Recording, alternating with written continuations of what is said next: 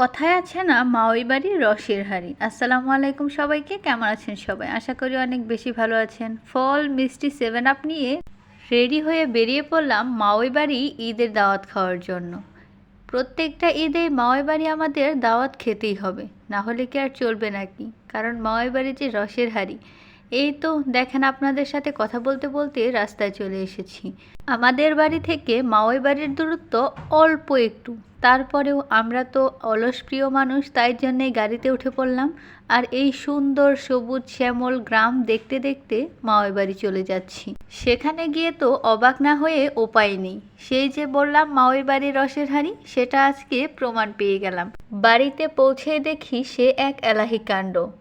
এত খাবার দাবার দেখে আমার চোখ তো কপালে উঠে গেছে। এত খাবার দাবার কি আর খাওয়া যায় নাকি? সম্পূর্ণটা ভিডিও করতে পারিনি, সেটা আমার ব্যর্থতার কারণে, কারণ সবাই একসাথে খেতে বসলে কি আর এত ভিডিও করা যায় নাকি? ঈদ উপলক্ষে গরুর মাংস, মুরগির মাংস, মাছ ভাজি, পোলাও তো রয়েছে, তারপরেও আছে আম, দুধ, পায়েস, সেমাই, মিষ্টি আর অনেক কিছু, বলে শেষ করতে পারছি না। আজকের মতো এই পর্যন্তই। যদি ভিডিওটা ভালো লাগে অবশ্যই লাইক, কমেন্ট, শেয়ার করবেন আর আমার ইউটিউব চ্যানেলটাকে সাবস্ক্রাইব করে দেবেন। পরবর্তী ভিডিও দেওয়ার আগ পর্যন্ত সবাই ভালো থাকবেন। আল্লাহ হাফিজ।